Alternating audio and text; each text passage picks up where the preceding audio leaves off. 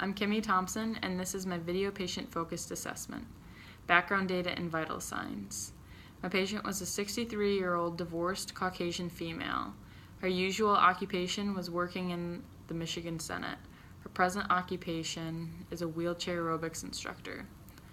Medical care she receives is she attends a general physician, a spine clinic, physical therapy, and substance abuse therapy.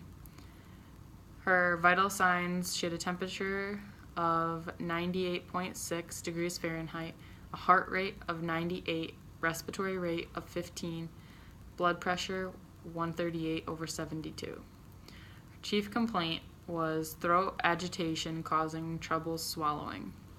Reasons for seeking care was an automobile accident. History of present illness. Date of onset, February 1999.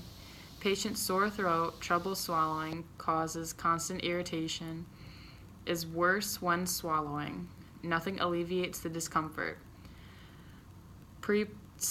Precipitating factors is that she smokes half a pack of cigarettes a day and has for 50 years.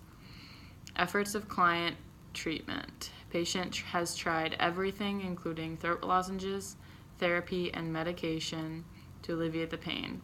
Present illness interferes with every meal because patient has to chew with her mouth open. Associated symptoms is COPD. Client's perception of the problem: the patient does not see it going away and has given up on treatment action for throat irritation. Health history. Childhood illnesses include tonsillitis. Chronic illness includes COPD. Physical and psychological history: TBI, Barrett's esophagus, GERD, esophageal cancer, skin cancer, COPD, BVD, L5 to S1, foraminal stenosis, and osteoporosis. Patient has her immunizations up to date, but opts out of receiving the flu shot annually. Patient is allergic to disulfiram, penicillins, tetracyclines, and topiramate. Hospitalizations and surgery include lung tumor at age 12, childbirth, 2 childbirths, delivered cesarean section, and the MVA, the car accident. The patient takes medication to treat COPD, respiratory inflammation. Patient takes a multivitamin, pain medication, anxiety medication, nerve pain medication, anti-inflammatory for osteoporosis, antipsychotic, and Protonax for GERD. Functional assessment. Patient has poor memory. Patient used marijuana in youth. Patient is a recovering alcoholic. She smokes half a pack of cigarettes a day and has for 50 years. Patient has good exercise. She does wheelchair aerobics 3 times a week and does physical therapy 3 times a week for walking. Patient sleeps 10 hours a night. Patient eats food within swallowing and chewing abilities, but needs a high-calorie food to counter the lack of eating by drinking 1 Boost shake twice a day. The patient consumes 1 cup of coffee every day, and patient uses wheelchair locks and attachment in cars and has smoke detectors in the home. Psychosocial data. Patient has good relationships with 2 daughters and grandchildren.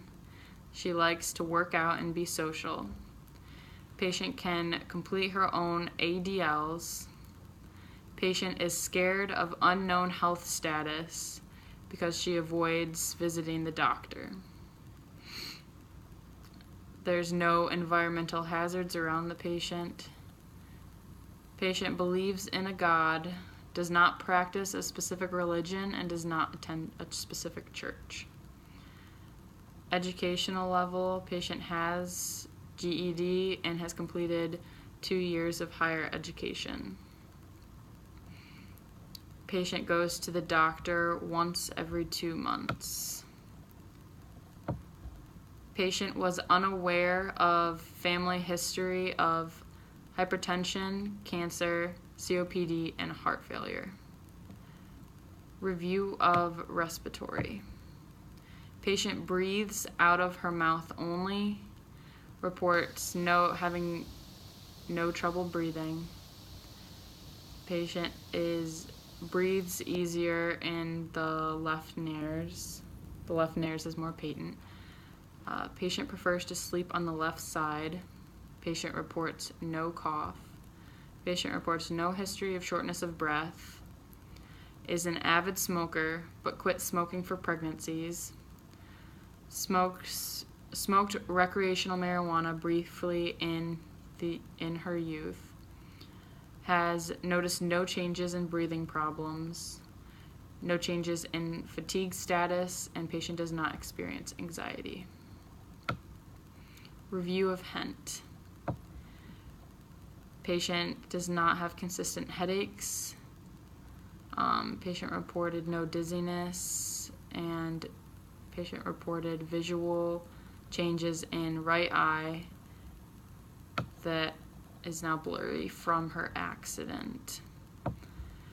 Has trouble swallowing, and the swallowing aggravates throat pain. Persistent hoarseness, but is consistent with smoking habits. Has dentures due to the loss of teeth in the accident.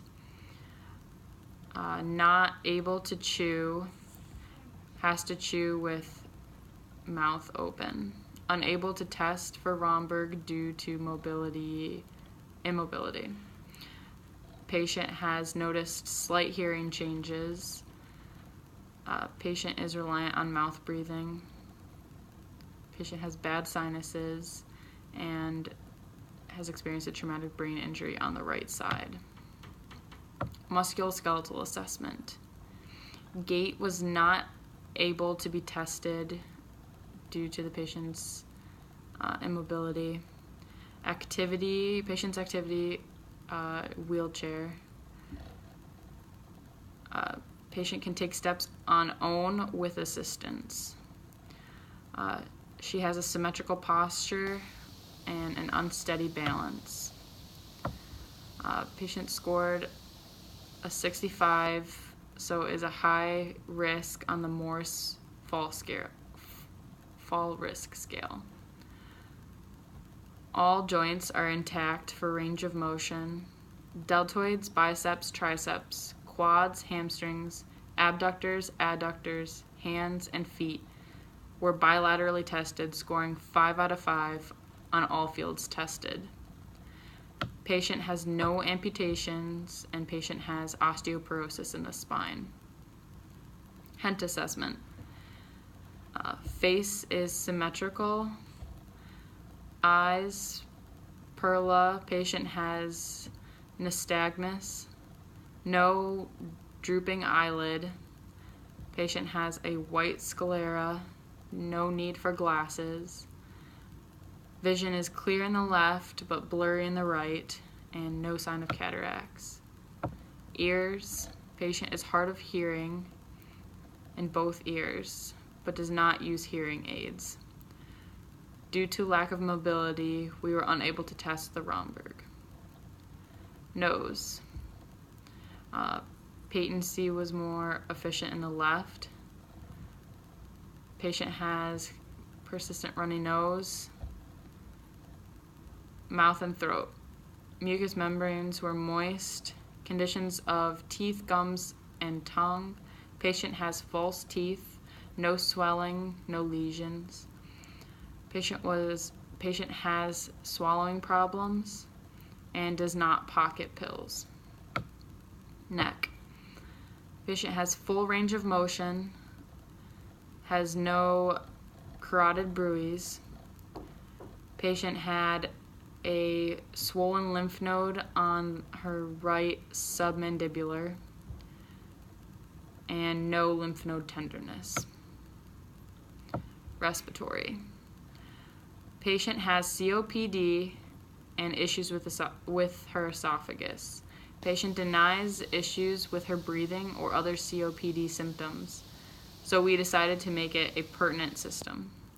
According to the American Thoracic Society's journal, assessment of patients with chronic obstructive pulmonary disease, or COPD, is important to establish an accurate diagnosis, assist in making therapeutic decisions, measuring outcomes for clinical and research purposes, and determining prognosis. With the use of assessing the patient's respiratory function helps determine future treatment options needed. Neurological system. Patient was in a MVA, motor vehicle accident, causing a traumatic brain injury. A detailed neurological examination is important and will bring out evidence of the brain injury status. Brain imaging with CAT scan, MRI, and PET scan may be useful. The use of a mini mental exam helps assess the patient's current cognition status. Evaluations by physical, occupational, and speech therapists help determine the specific deficits of an individual.